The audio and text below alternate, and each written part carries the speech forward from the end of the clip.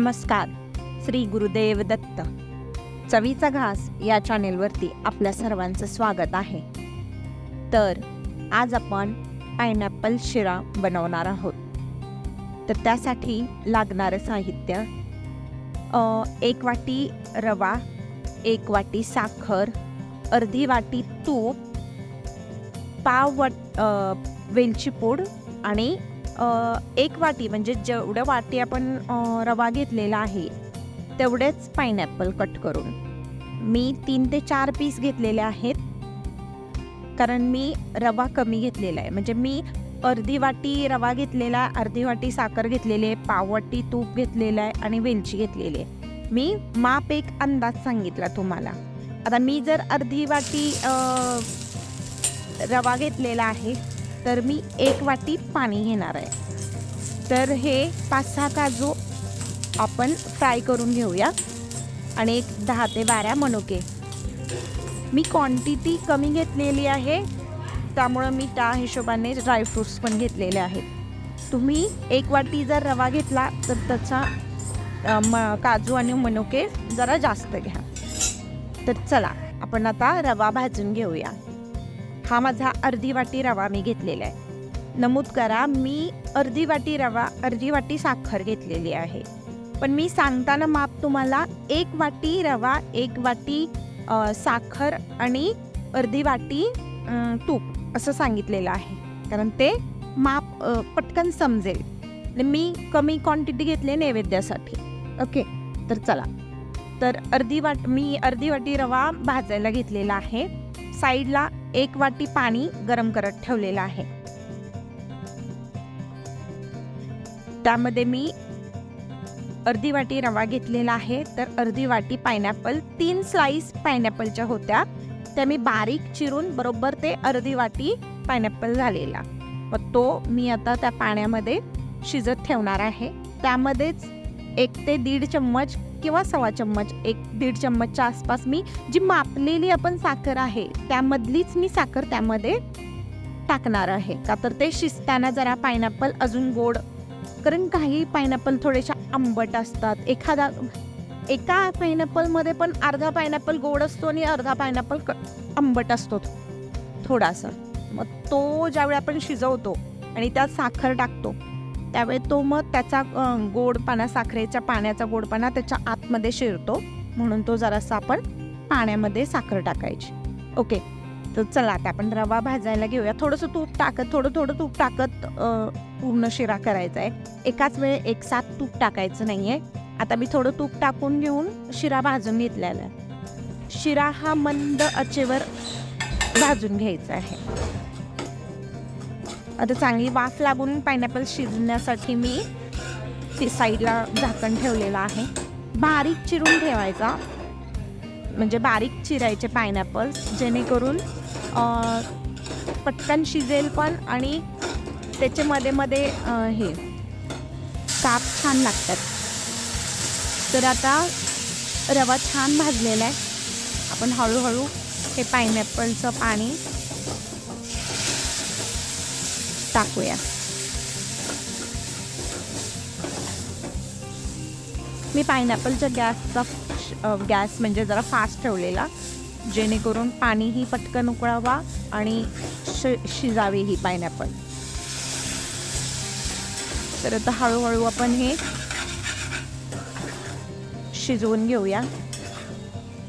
पाणी टाकून थोडं पाणी टाकून ना रवा छान शिजून देऊया. आता थोडंसं ह्याला झाकून ठेवूया. गुठळ्या होऊन द्यायच्या नाही, छान मिक्स करून घ्यायचं. आता थोडा वेळ हे झाकून ठेवूया.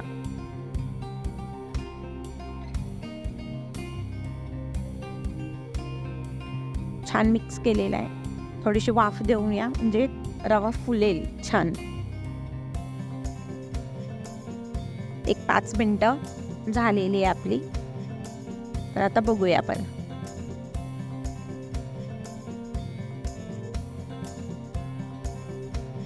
प्लेट काढून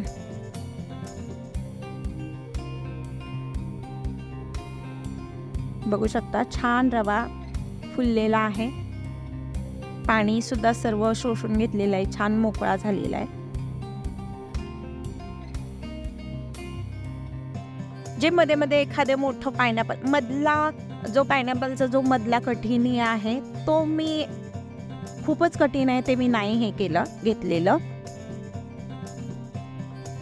ते शिजत नाही लवकर. किसून टाकू शकता तुम्ही. तर मी आता जी राहिलेली अर्धी वाटीतले जे आपण साखर घेऊन जे राहिलेली साखर आहे ती आणि वेलची रव्यामध्ये हे टाकून जरा परतून घेते. थोडी आता साखर पाणी सोडेल आणि जे रवा थोडा आणि पायनॅपलचे थोडेसे पीसेस कुठं राहिलेत कच्चे तेही शिजतील.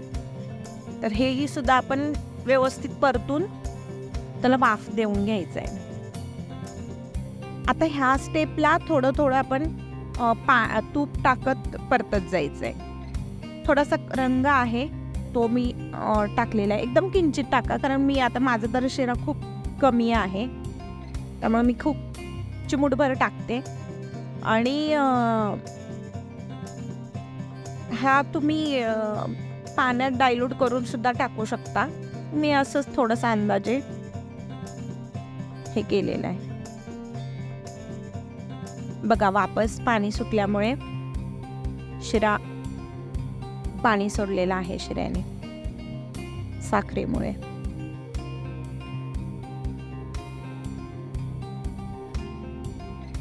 हे थोडं असं ह्या स्टेपने असे थोडं थोडं तूप टाकत मग परतत जायचं, झाकवत जायचं. पुन्हा ते तूप शोषून घेतलं वापस, हीच प्रोसेस शेवटपर्यंत करत राहायचं.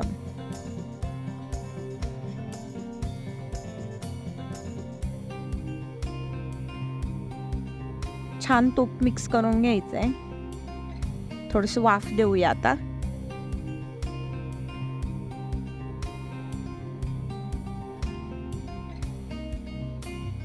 हे कंटिन्यू करत राहायचं, म्हणजे थोडी वाफ द्यायची, पुन्हा तूप थोडंसं टाकायचं, पुन्हा ते छान परतायचं, वापस झाकून ठेवायचं. म्हणजे तूप पूर्ण हे झालं, हे पूर्ण तूप संपेपर्यंत ही प्रोसेस करत राहायची. ह्यामध्ये आपण पायनॅपल इसेन्स सुद्धा टाकू शकतो, त्याने अजून स्मेल स्ट्रॉंग होते.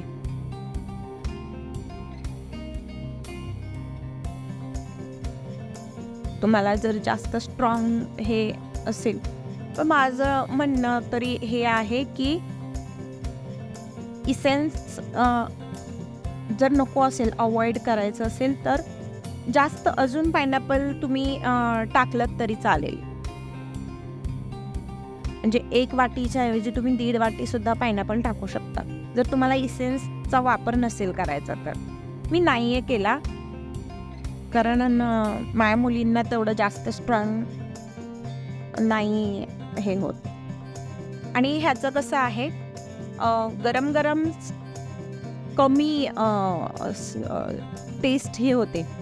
नॉर्मल शिरा थंड झाला म्हणजे एकदमच थंड नाही की पायनॅपलची टेस्ट प्रॉपर लागते.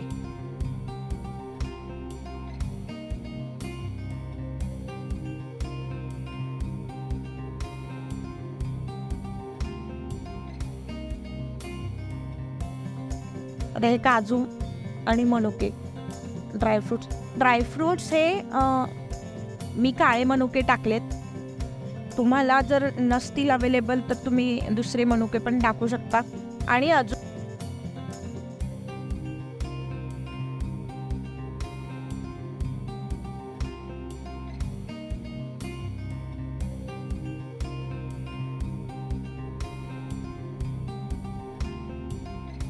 बघू शकता शिरा छान मोकळा झालेला आहे आणि फुललेला आहे.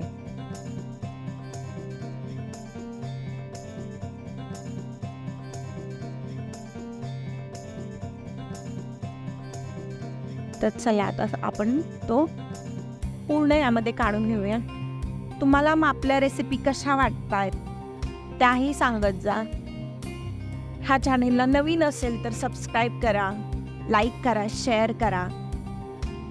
आणि अशाच रेसिपी आवडत असतील तर बेल आयकॉनला क्लिक करा.